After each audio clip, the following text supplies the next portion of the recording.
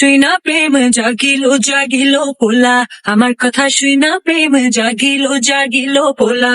কিছু কিছু আত্মীয় আছে যারা সব সময় খালি একজনের সাথে আরেকজনের প্যাচ লাগাইতে থাকে। সব গোষ্ঠীতেই এমন একজন থাকে। ভাই গো ভাই, আবার আখি কাকে খোঁচা মেরে এই পোস্টটা করলো বলুন তো? রিসেন্টলি সোশ্যাল মিডিয়াতে আখিকে দেখা গেছে গ্রামের বাড়িতে যে বেশ আনন্দ খুশিতেই মেতে রয়েছে।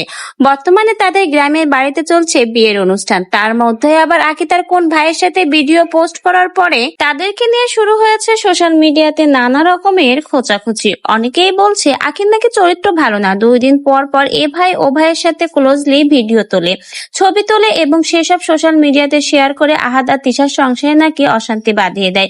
আহাদ এই জিনিসগুলো পছন্দ করে না, তাই আহাদকে চেতানোর জন্য এবং তাকে জ্বালানোর জন্য, তিশার সংসারে অশান্তির জন্যই নাকি আখি এই কাজগুলো করে। আবার অনেকেই বলেছে আখি প্রায় বিভিন্ন সোশ্যাল মিডিয়াতে অনেক ছেলেদের সাথে ঘনিষ্ঠপূর্ণ ভিডিও করে থাকে, যেমন আকাশের সাথে ভিডিও করে, তাই এখন আবার এই গ্রামের এই ছেলের সাথে ভিডিও করে ভাই নামে চালিয়ে দিয়েছে। আখির চরিত্র আসলেই ভালো না। সোশ্যাল মিডিয়াতে ঠিক যখন আখি এবং তার এই ভাইকে নিয়ে এই কথাগুলো শুরু হয়েছিল, তারপরেই কিন্তু আখি তার আইডি থেকে এই পোস্টটা শেয়ার করেছে এবং বুঝিয়ে দিয়েছে কিছু পাবলিকের স্বভাবই হলো খোঁচাখুচি করা। তাদের এই খোঁচাখুচি না করলে পেটের ভাত হজম হয় না। সকলের ফ্যামিলিতে হয়, তবে এরকম কিছু আত্মীয় থাকে যারা অন্যদের বিষয়ে নাক গলায় এবং খোঁচাখুচি করে বেড়ায়।